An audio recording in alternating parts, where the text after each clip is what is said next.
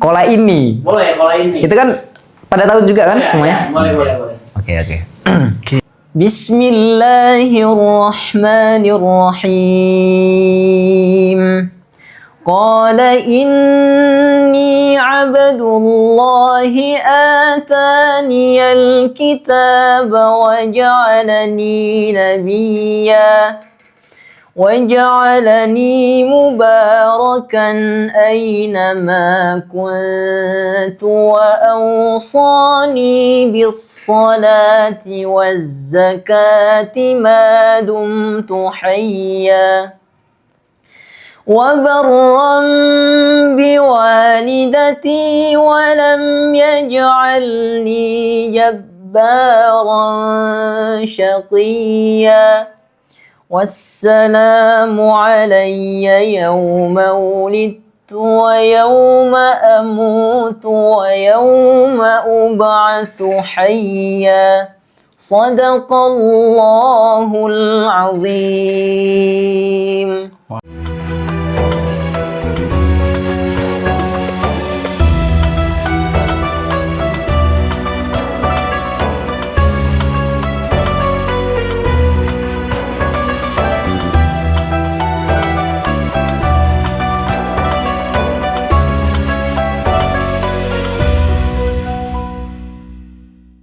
Oke. Halo sahabat Mahadi, kembali lagi dengan podcast Mahadi yang membuat Ramadan kamu lebih berarti. Sebelumnya perkenalkan nama saya Ramdan Agustiana. Saya di sini merupakan alumni dari Mahasantri Mahad Al-Jamiah angkatan 2024. Oke. Dan pada siang kali ini kita akan menemani kalian selama berapa Mas Rauf? Selama kurang lebih 40 menit 40 menit namanya. Oke, jadi selama itu kita akan ngebuburit bareng sambil menunggu berbuka seperti itu.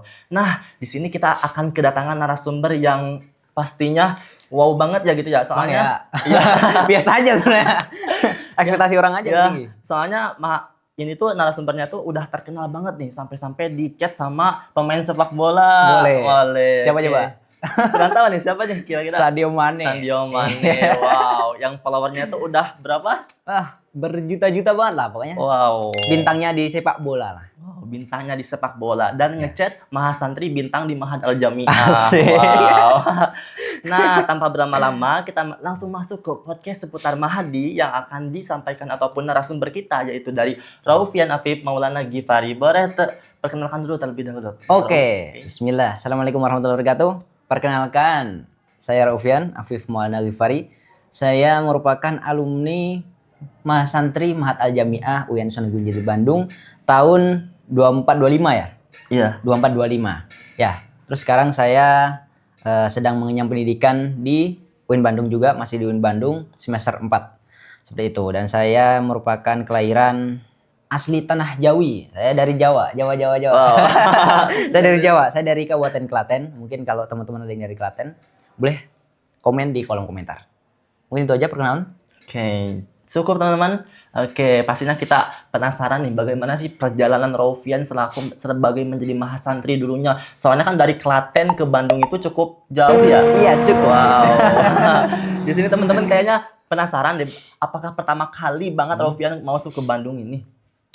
Jujur, ini pertama kali dan menjadi satu-satunya alasan kenapa aku ke Bandung sih. Nah, kira-kira alasannya apa nih? Ya karena pertama ingin merantau sih. Jadi kan aku nggak mau kalau cuman di rumah kayak takutnya jadi orang manja. Nah aku pengennya di luar, di Bandung. Akhirnya dapat ke Bandung dan benar-benar aku sendiri. Aku ke Bandung nggak punya kenalan siapapun. Jadi kayak survival lah. Nyoba hidup tanpa kenalan. Akhirnya pas masuk di Ma'had dapat banyak kenalan. Apalagi banyak orang Jawa juga kan. Jadi apa ya? Klop banget lah sama. Nah itulah. Pelatihnya banyak kenalan dan terkenal. Wow. Kepencet itu. Oke, di sini pastinya teman-teman sangat penasaran bagaimana sih perjalanan seorang Raufian yang sekarang namanya udah wow banget ya kayaknya. Ya, perjalanan seorang Raufian dari mulai ke Bandung pertama kali ngerantau sampai menjadi mahasiswa yang sekarang tuh influencer yang udah followernya tuh udah berapa? Baru 160-an 5 lah. Baru? Wow. 165 ribuan. Ya. Wow, ribuan itu masih baru lah teman-teman. Wow. Okay. Belum juta soalnya. Oke, di sini pasti teman-teman udah penasaran banget bagaimana cerita Raufian selama menjadi mahasantri dan pertama kali masuk ke Bandung. Ya. Oke, cerita. Mungkin dari apa ya? Awalnya tuh aku nggak pengen kuliah sebenarnya. Aku pengennya tuh kayak pengen mondok dulu. Aku pengen mondok, karena aku belum pernah menduduki bangku pesantren kan. Selama dari lahir sampai SMA tuh aku benar-benar nggak pernah pesantren. Nah, aku habis SMA, aku bilang sama bapak, sama emak, Bi, aku pengen ngerasain bangku pesantren dong. Aku pengen persiapan bahasa, persiapan tahfidz. Terus aku pengennya 2 tahun kemudian aku kuliah di Timur Tengah gitu. Terus awalnya tuh dari orang tua kayak ngizinin aja. Oke, siap, nggak apa-apa kalau itu emang pilihannya. Terus tiba-tiba pas udah kelar pendaftaran SNBP, SNBT, terus SPAN PTKIN, terus UMPTKIN. Nah, itu orang tua berubah pikiran. Tiba-tiba mending udahlah cari yang pasti-pasti aja. Kuliah di Indonesia dulu nggak apa-apa. Ntar sembari nunggu hasil pendaftaran yang di luar negeri kayak gitu. Akhirnya aku spontan lah cari di Google UIN kan yang paling masuk akal buat aku masukkan UIN ya. Yeah. UIN terbaik di Indonesia kata Webometrics sama EduRank saat itu nomor 1 UIN Bandung. Wow. Nomor 1 UIN Bandung, langsung lah aku searching lagi mengenai UIN Bandung. Wah, boleh juga. Terus akhirnya daftar ke situ dan langsung daftarnya jalur mandiri. Wow. Nah, daftarnya jalur mandiri, nggak pakai jalur lainnya. Jalur mandiri prestasi MTQ. Jadi langsung diuji sama Buya Mujib. Beliau itu sesepuhnya di LPTQ Jawa Barat lah. Wow. Ya, jadi emang udah sepuh banget lah UIN Bandung nih, kori-korian. Nah, kita akhirnya masuk. Alhamdulillah keterima di Prodi KPI. Terus habis itu kan bingung kan milih tempat tinggal. Tempat tinggal aku nggak punya kenalan siapa-siapa. Mau ngekos juga nyarinya gimana? Aku belum ke Bandung kan. Akhirnya, wah ada Mahat nih. Aku bilang sama orang tua, Mi, ini ada Mahat, ada asrama di dalam kampus. Mending aku pengen kesini aja. Daripada ke kos kan susah carinya. Terus juga bahaya juga kan, belum tahu adaptasi juga lingkungan Bandung, Sunda. Nah, jadi akhirnya langsung ke Bandung ke Mahat Al-Jami'ah. Terus ketemu lah sama orang-orang hebat di sini kan. Aku berkembang di sini. Konten juga dari Mahat juga. Dari Mahat. Wow. Nah, jadi mulai dari Mahat nih emang langkah awal gue lah. Langkah awalku untuk merubah diriku yang dari dulunya tuh sok misterius. Introvert. Lebih dari introvert sih. Lebih ini lagi kayak sok eksklusif, tau nggak? Yang kayak Instagramnya nggak ada profilnya. Iya. Terus nggak pernah upload foto-foto body itu nggak pernah. Jadi kalau ada pun, misal aku kan juga di SMA alhamdulillah udah lumayan sering juga kayak ada lomba terus juara gitu kan, dibikin pamflet kan, dibikin ucapan congratulations Raufian aku. Nah itu pun kalau ada orang bikin story nge-tag aku, itu tuh mukanya aku blur. Jadi muka aku tuh kayak ketutupin stiker lah, semacam-macam lah, kayak gitu. Dan akhirnya setelah di Mahat ini aku ketemu orang-orang yang bikin aku improve. Jadi lebih baik lagi, terus merubah mindset gue lah. Jadi nggak yang kayak kuno lagi, sok eksklusif gitu. Jadi udah berkembang lah. Wow, keren. Pastinya sangat memotivasi sekali ya mahasantri semuanya. Amin. Ya, dan di sini kita juga pasti penasaran nih bagaimana sih dan apa alasan mengapa seorang Raufian yang awalnya dulu introvert melebihi introvert menjadi sekarang ini nih. Nah, apa sih yang menjadi salah satu alasan membuat seorang Raufian ini ingin menjadi ataupun ingin membuat dirinya tuh dikenal sebagai apa? Ingin membangun personal branding. Nah, itu. Oke, jadi aku kayak pertama ada kayak orang tua kan juga punya impact lah ke masyarakat, ke orang lain. Misal orang tua aku tuh kayak ketua RT gitu, terus kayak juga sering ngisi kajian juga. Nah aku tuh pengen kayak punya impact. Karena dari orang tua kan aku 4 bersaudara. Nah 4-4-nya ini belum ada yang punya impact ke masyarakat gitu. Belum punya yang nerusin bapaknya gitu. Nah, akhirnya aku kayak sadar diri, ya udah berarti ini bagianku untuk nerusin bapak gitu. Terus apalagi tadi pertanyaannya?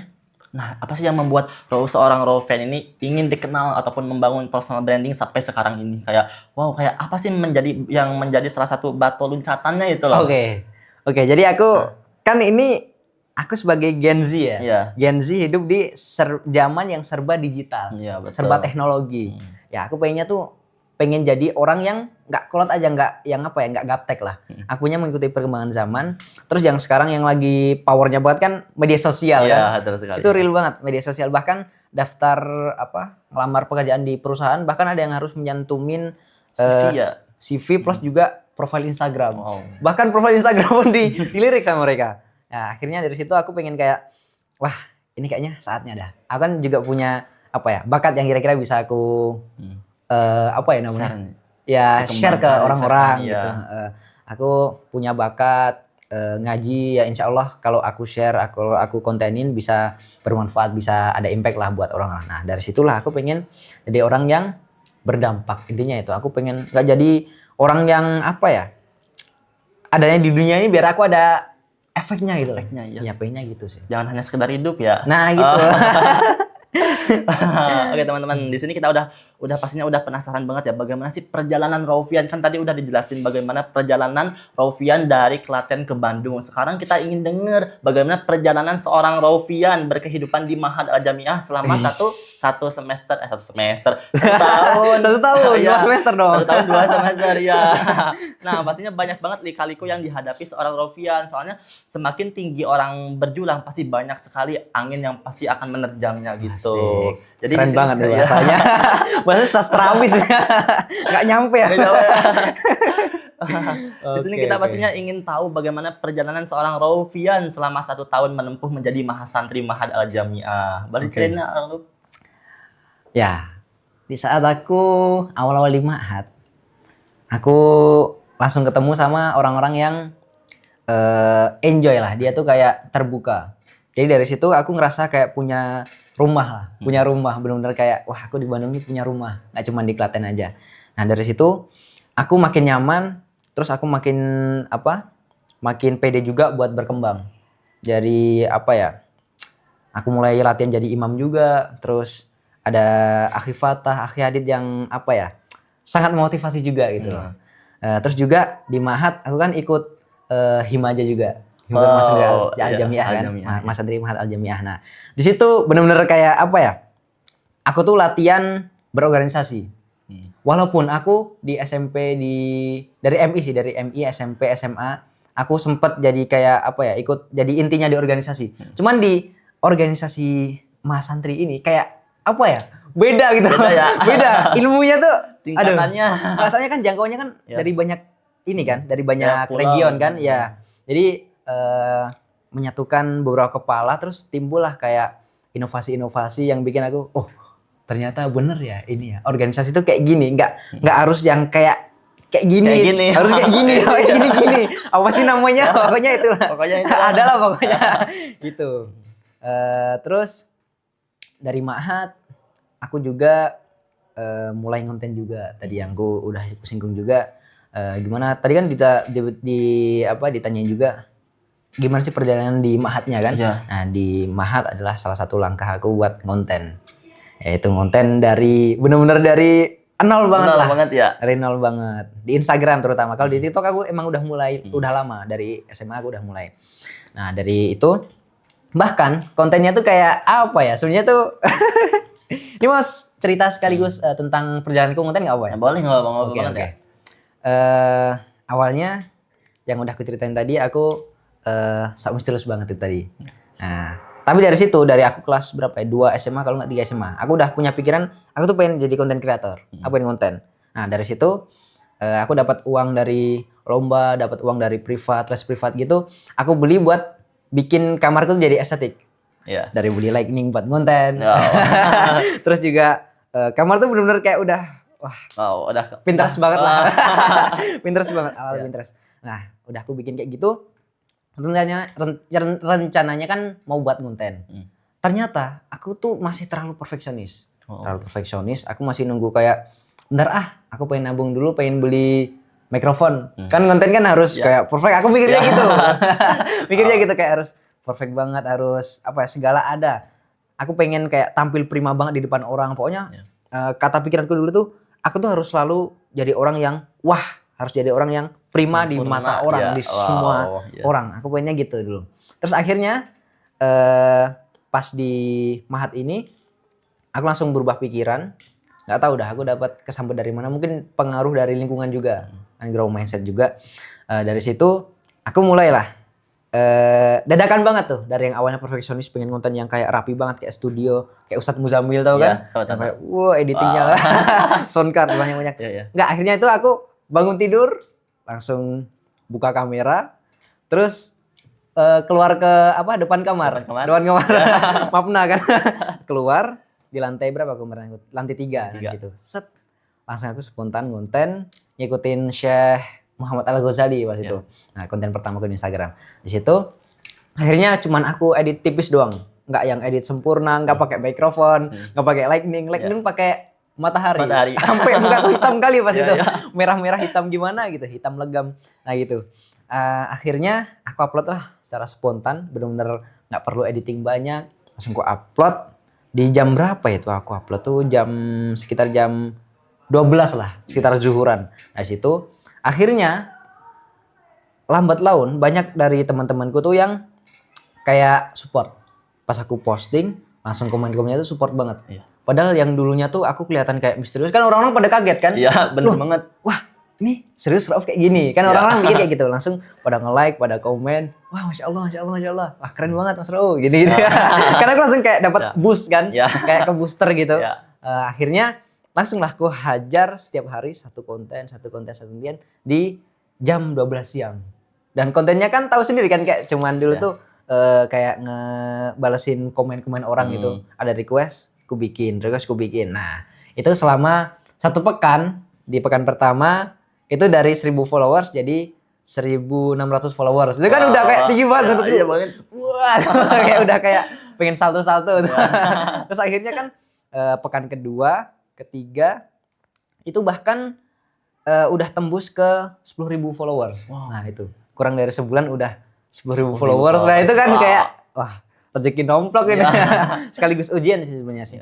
Nah, akhirnya dari situ gue hajar terus satu konten setiap hari di jam yang sama, niche-nya sama juga, nggak perfeksionis juga. Akhirnya makin kesana, tambahlah followers. Bahkan ada paling banyak tuh satu hari nambah 10.000 followers dalam satu hari. Tahu nggak sampai HP gue tuh sampai sekarang nggak pernah mati itu yang namanya mode DND. Aku nyebutnya DND. Bacanya gimana ya bahasa Inggrisnya? Yang don't disturb. Ya itulah pokoknya. Yang jangan ganggu lah bahasa kampungnya. Gitu. Ya aku pasti hidupin itu karena apa? Notifnya aduh bikin gila. Ding. Aduh. Itu banget sampai temanku tuh teman kamar. Itu apa sih? Tapi pakai bahasa Jawa kan, orang-orang Jawa. Itu apa sih? HP lu ini apa? Hidup terus notifnya. Ya itulah, lihat aja. Makanya susah banget di telepon juga harus 2 kali di telepon. Jadi kalau sekali auto ketolak. Kayak gitu. Terus akhirnya makin kesana tiba-tiba di 2 bulan atau 3 bulan konten tiba-tiba ada notif cepleng. Sadio Mane mengikuti Anda dari list Anda gitu. Itu langsung kayak aku wow banget sih. Bahkan aku belum follow beliau awalnya. Jadi follow duluan. Beliau follow duluan. Bahkan beliau baru follow berapa ya kala itu? Nggak nyampe 500. Jadi aku satu-satunya orang Indo yang di-follow sama beliau. Satu-satunya orang Indo yang di-follow sama beliau. Bahkan pemain sepak bola bintangnya Indonesia pun nggak ada yang di-follow sama beliau. Jadi benar satu-satunya orang Indo. Makanya terus aku bikin story. Bikin story Sadio Mane. Aku di-follow Sadio Mane. Terus ramai tuh DM tuh banyak yang pemain para pecinta bola tuh. Para laki-laki cowok-cowok tuh pada nyerbu banget. Nyerbu banget ya pasti. Terus lanjutlah ke sana konten terus banyaklah kesempatan yang kebuka dari konten tuh. Dari branding tadi. Kan kesempatan datang kepada orang yang siap dan terlihat siap. Nah, kebetulan aku orang yang terlihat siap ya. Walaupun siapnya siap banget. belum. Jujur belum. Wow. Ini emang aku kayak apa ya? Orang kan kayak mikir aku tuh hafiz Quran aku. Padahal enggak sebenarnya. Aku kan apa ya? Awalnya dulu tuh aku tuh penyanyi Arabic gitu loh. Aku tuh suka nyanyi kayak Lawala Albi. Terus kayak Albi ya Albi. Nah gitu kan aku punya penyanyi Arab. Pokoknya semua lagu Arabic tuh aku dalemin. Bahkan konten-kontenku di TikTokku semua tuh konten-kontennya tentang Arabic rata-rata. Nyanyian Arabic kayak gitu. Terus apa lagi ya? Kesana lagi akhirnya ada tuh di momen beliau ini sang idola ini sang bintangnya sepak bola ini ngunjungin live aku Wow. Jadi aku kan, Baik. ya aku jarang live Al-Kahfi pada saat itu. Sekali aku live Al-Kahfi, tiba-tiba aku nggak nyadar kalau beliau udah join dari awal ternyata. Ternyata kan aku kan fokus baca kan Al-Kahfi sampai selesai. Terus barulah selesai itu kan biasanya emang aku kayak ngobrol gitu sama teman-teman di Instagram, kayak gitu, kayak ngobrol-ngobrol. Terus ada yang nyeletuk, bang, ditonton sama Sudirman ya. Langsung aku Kaget gak? salto. Langsung salto. Wah, bener-bener kayak ya Allah, langsung aku screenshot. Habis itu langsung aku end live. Aku ucapin terima kasih dulu. Pas itu kan habis maghrib aku. Habis maghrib kan mepet Isya juga. Langsung aku end live. Terus aku bikin postingan tentang Sadio Mane. Nah, itu tuh yang bikin orang-orang juga para cowok-cowok tuh jadi tahu aku gitu. Jadi pas aku juga ngisi beberapa seminar, ngisi beberapa sharing session gitu. Oh, ini yang dulu di follow sama Sadio Mane gitu. Jadi orang tuh tahu karena Sadio Mane bukan karena brandingku yang Quran. Itu tadi. Uniknya itu sih. Ya mungkin itu sih perjalanan konten. Apalagi ya? Apalagi kira-kira? Kayaknya kan tadi udah jelasin bagaimana perjalanan seorang Rofian. Pastinya perjalanan tersebut itu banyak banget tantangannya ya. Banyak banget. Nah, di sini pastinya teman-teman ingin banget nih mengetahui bagaimana sih perjalanan seorang Rofian dan apa sih tantangan paling terberat yang pernah dialami oleh Rofian ini loh. Jadi yang membuat Rofian tuh membuat saya ingin ini dan ada tantangannya, saya ingin menjalankan tantangannya dan dapat apa yang ingin saya hasilkan seperti itu. Oke, tantangannya ya. Oke, izin ini. Ini izin. Aku benar-benar jujur ini tantangan paling berat tuh ada di niat sebenarnya. Aku pernah melenceng niat yang awalnya aku udah murni banget nilai. Niat tuh kayak pengen dakwah.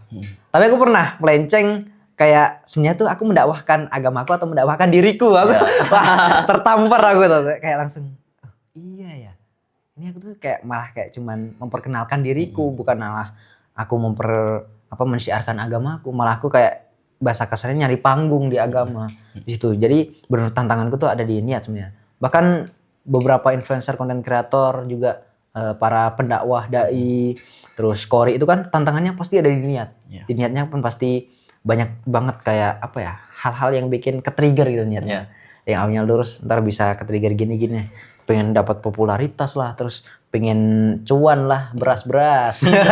Beras-beras terus juga ada lagi yang pengen nyari cewek biar gampang, itu kan ada juga. Nah, mulai dari situlah aku sadar, dinasihatin juga sama ustadku, terusin niat lagi, ingat niat utama, niat awalnya apa gitu, jangan sampai terlena, jangan sampai terlalu jauh lah, kayak gitu sih.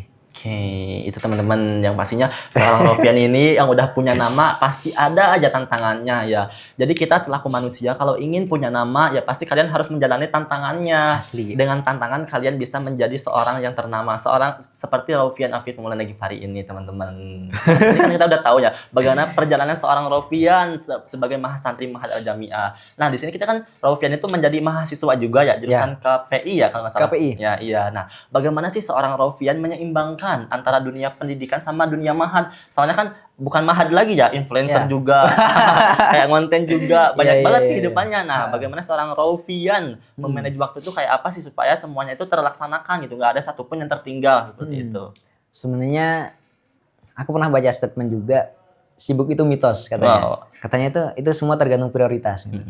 Jadi nggak ada yang namanya sibuk. Tapi itu statementnya masih banyak menimbulkan pro kontra sih. Kalau aku masih bingung sih mencerna jawaban orang-orang cerdas itu masih soalnya masuk akal semua penjelasan mereka semua itu. Nah, lupa pertanyaan tadi apa tadi ya? Menyeimbangkan antara dunia pendidikan sama dunia mahad, dunia nge-upload apa di IG kayak membangun personal branding, kehidupan di mahad, kehidupan di kuliah kayak gitu. Ya. Saran dari TikToker sih, dari konten kreator tuh bikin plan. Jadi setiap hari itu aku harus ngapain. Jadi didata dalam minimal seminggu ke depan lah. Seminggu depan aku tuh ada jadwal apa, ditata. Misal kuliah di jam segini. Terus habis ini aku harus ngapain aja. Terus aku ada jadwal konten jam segini harus jam segitu. Terus juga ada kegiatan mahasantri juga kan. Terus ada kegiatan himaja juga. Nah itu harus kayak dijadwal di plan planner gitulah. Nggak tahu aku orang kampung ya gitulah orang kampung nggak tahu bahasa, nggak bisa bahasa Inggris. Itulah. Jadi kuncinya kata TikTokers, kata selebgram gitu, emang harus bikin plan. Harus bikin kayak jadwal selama 1 hari atau minimal seminggu tuh aku harus ngapain aja, di jam berapa aja, di mana gitu. Jadi biar kita tuh hidup nggak keteteran seperti itu. Mungkin. Wow, teman-teman, banyak banget ibroh ataupun pelajaran yang bisa didapat ya. Bagaimana cara kita memanage waktu dengan baik dan benar, dan jangan sampai kesibukan tersebut menjadi alasan untuk kita tidak melaksanakan kewajiban yang udah kita laksanakan ataupun yang kita udah beremban sebagai mahasantri dan sebagai mahasiswa seperti itu. Dan jangan sampai kewajiban kalian sebagai mahasiswa dan mahasantri itu terlena. Jangan sampai kalian ingin sukses, jangan sampai alasan-alasan tersebut menjadi batu loncatan supaya kalian tidak melaksanakan kewajiban kalian. Catat mahal. Ilmu mahal. Yang nggak diajarkan di sekolah ya. Manajemen waktu itu penting ya, karena waktu itu tidak bisa diulang gitu ya. Asli. Ya. Wah, ini malah materinya ini sebenarnya. Aku malah kebanting ini. Izin. Okay. Masya Allah sekali nih moderatornya, emang nggak salah lagi. Ini Mahad nih pilih musrif ini. Bang Ramdan nih, Masya Allah sekali. Saya nggak ada apa-apanya nih, terbanting banget nih sama. Enggak.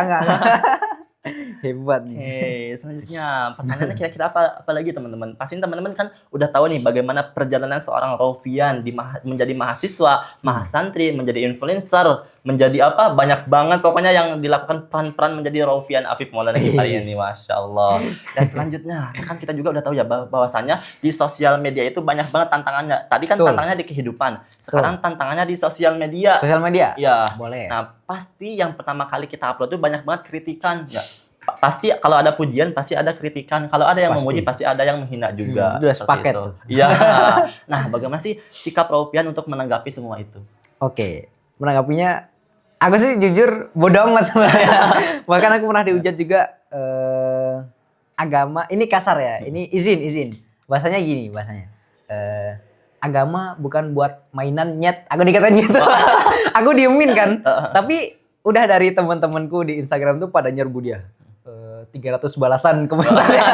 Aku lihat tuh kayak puas banget kan, aku nggak perlu ngeluarin tenaga buat membela diri. Ternyata kalau bener di Al-Quran kan intang surullah yang surkum.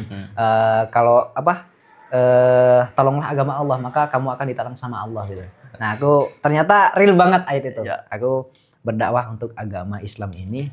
Terus ternyata aku juga dibantu sama agama Islam ini, dibantu sama teman-teman muslimku, saudara-saudara muslim gue di sini. Jadi kalau ada yang ngehujat langsung di-counter lah. Jadi aku udah nggak ngurusin lagi komentar. Aku paling balas komentar biasanya tergantung mood. Kalau ada temanku yang komen temanku yang se-following gitu loh.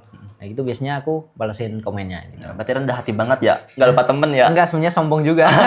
Cuman biar kelihatan rendah hati aja. Ya. Sebenarnya sombong. Oke, selanjutnya nih pertanyaannya apa lagi ya teman-teman? Kira-kira yang membuat teman-teman termotivasi oleh seorang Raufian ini, Masya Allah. Apa nih? Apa ya? Kira-kira ini Dene. Kan di sosial media itu banyak banget tantangannya, bukan hanya di diri sendiri tapi di sosial media orang lain. Dan kita kan menyampaikan tentang agama, dan di sosial media juga banyak orang yang menyampaikan agama, tapi bukan kebanyakan sih, ada beberapa mungkin beberapa orang ataupun beberapa pemuda agama ataupun influencer yang menyampaikan agama itu seolah-olah sebagai bahan candaan. Nah, bahan candaan sebagai sumber kehidupan, kayak tren, apalagi sumber cuan kayak gitu.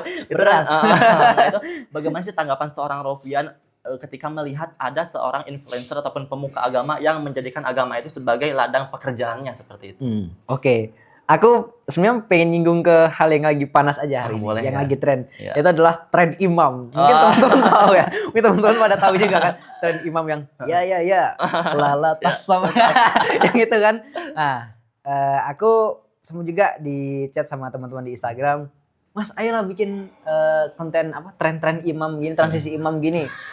Terus dari sebelumnya kan itu belum booming juga, belum ada kayak pembahasan yang kontranya. Semua pada pro semua. Tapi aku di situ udah kayak nyeletuk, keinget juga omongan dari ustadku kayak apa ya? Imam, posisi imam kan, itu kan posisi yang berat.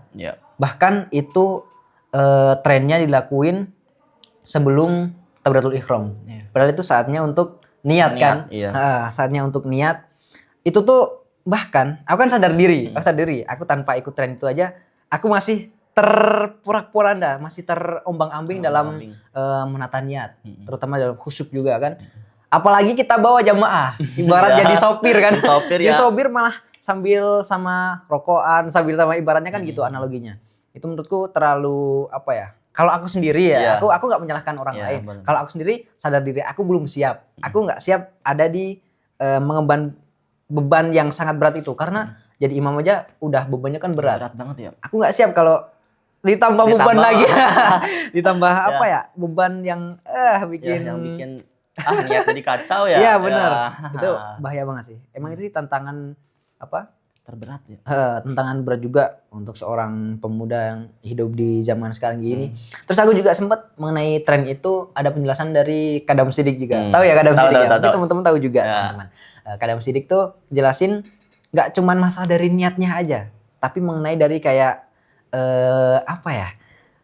Aura atau value dari majelisnya. Itu kayak menurunin value dari majelisnya itu. Masa mau imam, mau sholat di dalam masjid ikut tren bikin video yang latar belakangnya musik-musik gitu loh. Iya. Nah, itu kan kayak bertolak belakang sekali iya, sama wah apalagi sama teman-teman kita di barisan salaf gitu. Wah, itu bener kayak bikin ibaratnya kayak apa ya? Diskotik di dalam kan jarak jeduk gitu. Ya, mungkin dari situ. Jadi aku mengambil kesimpulan aku kayak nggak mau ikut terjun ke tren itu karena aku anggap aku belum siap. Terus ada yang nanya juga, terus gimana tanggapannya mengenai orang yang gitu tuh? Jujur aku nggak mau terjun ke terlalu dalam sama mereka karena aku nggak mau menghakimi hati mereka kan. Kan siapa tahu emang niat mereka tuh emang lillahi ta'ala kan. Siapa tahu.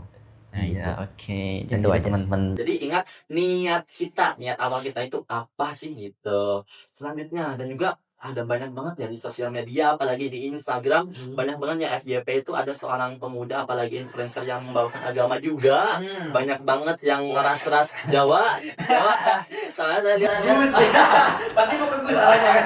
Iya lagi. Aku udah kebaca di webnya udah ke Gus. soalnya lihat di biografi IG-nya Rauf itu Jawa Premium. Premium habis. Pertamax sih. Nah, itu berarti dari seorang Jawa itu ada beberapa oknum mungkin ya, oknum yang Tapi banyak oknumnya. Masalahnya banyak oknum yang mungkin merendahkan bukan ras Jawa itu sendiri ya. Itu kan Rob juga dari Jawa juga ya, sama berarti dari bagian dari Jawa tersebut juga. Bagaimana sih tanggapan ataupun sikap seorang Raufian ketika ada rasnya ataupun Jawanya yang direndahkan, apalagi dianggap sebelah mata seperti itu? Jujur lagi nih ya. Jujur Jawa nggak baperan. Jadi orang-orang Jawa kalau dikatain Jawa nggak ada yang ngambek. Kalau ada mungkin dia oknum aja. Ini sebagian kecil minoritas. Tapi kalau sebagian besar itu udah jadi makanan sehari-hari kan. Bahkan aku di Mahat juga kalau dipanggilnya bukan Rauf kadang gimana? Hei Jawa gitu. Tapi aku nggak baper. Emang itu udah kayak melekat sama ras Jawa gitu. Terus juga gimana nanggepinnya kalau ada apa ya orang-orang yang oknum yang kayak merusak citra Jawa gitu kan? Kalau aku sih menyayangkan sebenarnya. Sebenarnya kan Jawa kan suku yang benar-benar terbesar ya kan? Terbesar di Pulau Jawa atau Indonesia? Ini siapa Jawa ya? Teman-teman ada yang tahu nggak? Ada yang tahu nggak? Coba nanti komen ya. Ngetes saya, padahal aslinya nggak tahu. Lagi sama. Kalau pernah ngetes. Gitu sih. Terus gimana kalau ada orang-orang yang tadi kayak merendahkan Jawa? Tadi udah aku jawab. Aku sebenarnya menyayangkan banget karena Jawa kan sebenarnya suku yang sebenarnya bagus banget. Itu kan banyak budaya-budaya, bahkan banyak banget budaya selain juga dari Minang, dari Sunda itu kan banyak juga budaya. Nah, di Jawa tuh juga ada budaya juga. Nah, bahkan sunan-sunan atau para ulama-ulama kan banyak juga yang dari Jawa juga kan. Nah, Sunan Wali Songo kan dari Jawa. Nah, itu udah kayak memperbaiki citra menyebarkan Islam di tanah Jawa. Itu kan kayak udah bikin Jawa tuh kayak udah terkenal dengan Islamiknya kan. Kayak Islamic Center gitu kan. Nah, terus tiba-tiba ada yang merusak dengan dengan dalih bahasa kasarnya tuh aku pernah dengar di TikTok tuh mengandalkan nasab gitu. Itu tadi. Tapi itu sebenarnya bahaya sih. Itu sebenarnya bahaya. Pasti jangan dekat ya. Jangan bahaya. Sangat apa? Gus atau Habib? bahaya. Nah itu pokoknya sebagian dari situ ada yang mengandalkan nasab tadi cukup bahaya sebenarnya. Karena kalau kata Kiai Haji Ahmad Dahlan kan, salah satu pahlawan di Indonesia, salah satu tokoh Muslim juga, itu kata beliau tuh jangan cari hidup di agama, tapi hidup-hidupilah agama. Jadi apa ya? Jangan sampai kita tuh mencari beras ibaratnya, mencari beras lewat agama, perantara agama. Kan tuh emang tantangan juga. Ini masuk juga di rangkuman tantangan tadi. Tantangannya untuk berdakwah di era sekarang ini. Apalagi sekarang era modernnya yang dimana kita mengandalkan sosial media media mudah diakses lagi. Banyak keburukan-keburukan ataupun kebaikan yang mudah diakses sekali. Iya. Ya. Mau tambah lagi dong? Boleh. Mengenai Jawa tadi ya. Iya. Nah, kenapa aku kayak ngangkat nama Jawa ini? Iya. Ya aku pengen memperbaiki citra Jawa yang udah perburuk oleh oknum-oknum lah. Gitu. Aku pengen kayak sebenarnya Jawa tuh nggak yang hama banget. Emang hama sebenarnya. Cuman nggak banget gitu. Aku tuh pengen kayak Jawa tuh sebenarnya ya gini, nggak yang harus jadi Gus untuk jadi Jawa gitu, nggak harus jadi itulah pokoknya. Aku pengen memperbaiki citra Jawa, makanya aku angkatlah kayak Jawa premium. Jawa tuh sebenarnya nggak hama. Gitu. Walaupun Jawa yang dulunya tuh banyak wali songo dari Jawa juga ya, dan ada beberapa oknum yang mungkin mencorengkan nama Jawa ya gitu. Ini ibaratnya gini teman-teman, ada satu bor itu putih, tapi kita dititiki warna hitam, maka kita terfokus ke warna hitam tersebut. Ya. Begitu pak, gimana sih? Begitu pula ya. Begitu pula kebaikan. Kalau sebanyak apapun kebaikan yang kita lakukan, kalau kita melakukan dengan keburukan, pasti keburukan itu yang bakal disorot. Yang disorot itu. Jadi sebisa mungkin hindari keburukan tersebut dan sebisa mungkin ubah keburukan tersebut menjadi kebaikan. Betul gitu. Sekali. Dan walaupun kita nggak bisa sempurna ya, namanya juga manusia ya, tapi setidaknya kita berusaha seperti itu. Bukan nabi boy ya? Iya. Cetas. At least kita bukan nabi boy. At least gue Jawa. Cetas. Ya, Oke. Mungkin ini sebagai sebagai pertanyaan terakhir mungkin ya. Boleh. Yang membuat teman-teman teman-teman di rumah ataupun teman-teman yang lagi di Mahat penasaran banget ya bagaimana seorang Rofian ini menjadi tokoh utama. Jangan tokoh utama dong. Utama menjadi dirinya sendiri. Nah, tidak membangun branding dan membangun citra dan percaya diri akan dirinya sendiri dan potensi dirinya sendiri, dan bahwa saya bisa berkembang melalui diri saya dan saya ingin berkembang sesuai dengan apa yang saya inginkan, seperti itu. Bentar. Aku susah cernanya ini pertanyaannya. Cepat kali. Belum pertanyaan. Oh, belum ya? Belum pertanyaan. Lanjut. Nah, pertanyaannya itu, bagaimana sih membangun kepercayaan diri di dalam diri tersendiri? Soalnya kan banyak di Gen Z ini yang sebelum juga mulai udah kayak saya nggak mau takut salah, saya nggak mau takut gini. Nah, bagaimana sih cara membangun citra ataupun membangun kepercayaan diri supaya saya ingin melakukan apa yang saya lakukan? Oke. Jadi cara aku yang kupelajarin dapat dari sosmed juga sebenarnya, dari TikTok, dari Instagram, dari YouTube juga. Itu kan aku suka juga, dulu kan pengennya aku jurusan psikologi sebenarnya. Nah, aku suka kayak mempelajari tentang psikologi lah. Nah, itu kan ada yang namanya spotlight effect kalau kata orang psikologi. Itu kayak yang bikin orang nggak pede itu karena itu tadi. Itu tuh ngerasa kayak dirinya sebagai pusat sorotan lah. Kayak dia keluar tuh orang merhatiin banget kayak tampilannya, wajahnya, rambutnya, dari atas sampai bawah lah. Terus kayak outfitnya. Padahal sebenarnya orang tuh kayak nggak seperti itu. Sebenarnya cuman orang tuh kayak kepedean aja itu. Orang itu tadi. Jadi dari situ aku langsung sadar, oh iya ya. Sebenarnya orang tuh kayak cuman panas di awalnya, kayak cuman heboh di awalnya doang. Misal aku konten juga kan, konten heboh di awalnya doang, kayak wah kaget gini. Kesannya udah biasa aja, bodo amat. Orang-orang tuh juga sibuk sama isi pikiran mereka sendiri ya kan. Mereka punya kehidupan sendiri. Kita sibuk dengan diri kita, kayak berperang dengan pikiran. Wah, aku malu gini, takut dikira gini. Padahal orang-orang mikir juga kayak gitu juga. Aku kalau gini ntar orang-orang mikir apa? Padahal orang-orang selalu fokus sama pikirannya sendiri. Kita tuh sebenarnya nggak usah kepedean gitu loh. Sebenarnya tuh Anda tuh siapa? Anda nabi bukan?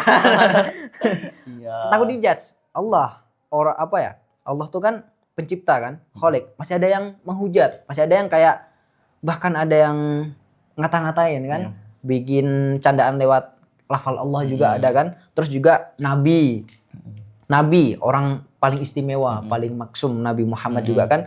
Itu masih ada yang menghujat juga, ada yang nggak suka, ada yang ngelemparin batu, kotoran unta dan lain-lain kan. Terus juga ada siapa lagi ya?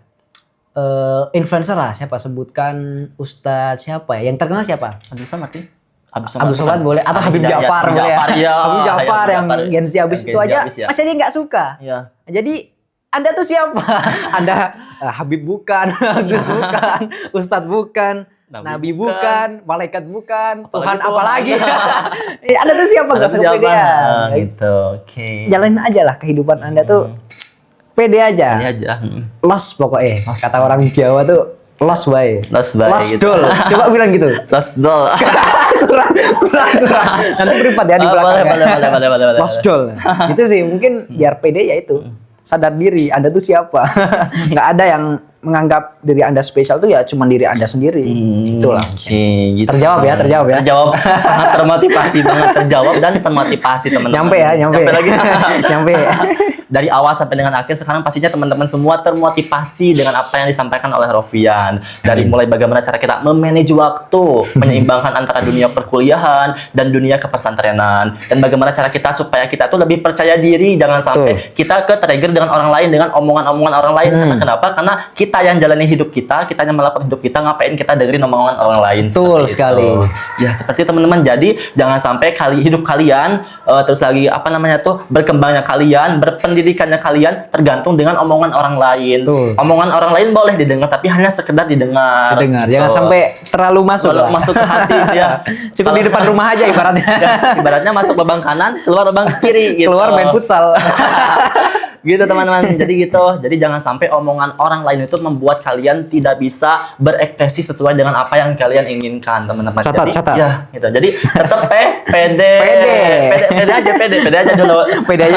Gitu. Dan satu lagi, bagaimana cara kita untuk memanage waktu? Jangan sampai kita sibuk di dunia perkuliahan dan disibuk di dunia kita sendiri. Jangan sampai dunia perkuliahan itu tertinggalkan. Karena kalau kita menjadikan alasan kewajiban itu supaya kita bolos di dunia pendidikan, maka keberkahan itu akan berkurang, teman-teman. Betul sekali. Jadi jangan sampai kewajiban tersebut dijadikan alasan supaya kita tidak melaksanakan kewajiban-kewajiban yang telah kita tangguhkan atau yang telah kita emban, teman-teman ya. Jangan sampai terlupakan, pokoknya jangan sampai kewajiban-kewajiban tersebut itu tertinggalkan seperti itu. Ingat niat kita. Ya, backsoundnya ketinggalan. Ada lagi kita. Lanjut. Yang terpenting ingat niat kita pertama kali masuk ke sini itu apa gitu. Niat kita jangan sampai niat kita dicampuri dengan hal-hal yang sekiranya membuat Allah murka gitu.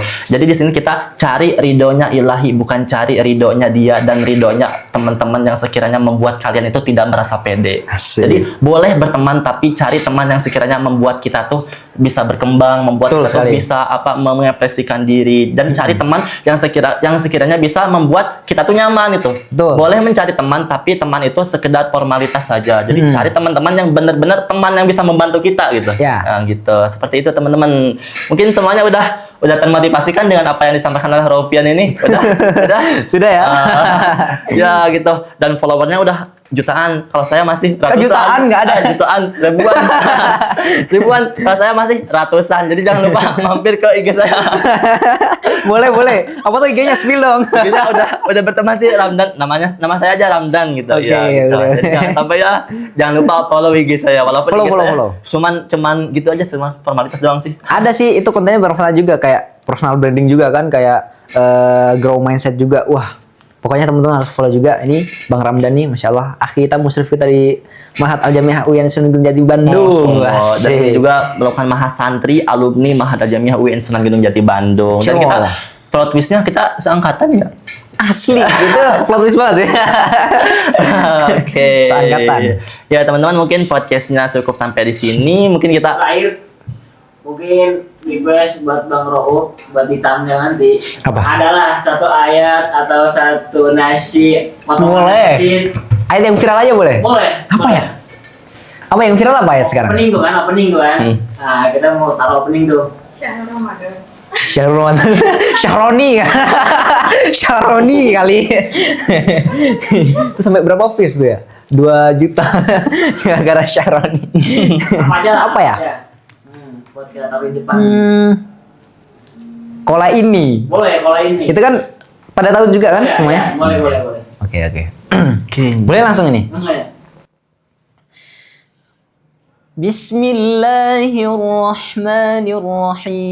Bismillahirrahmanirrahim.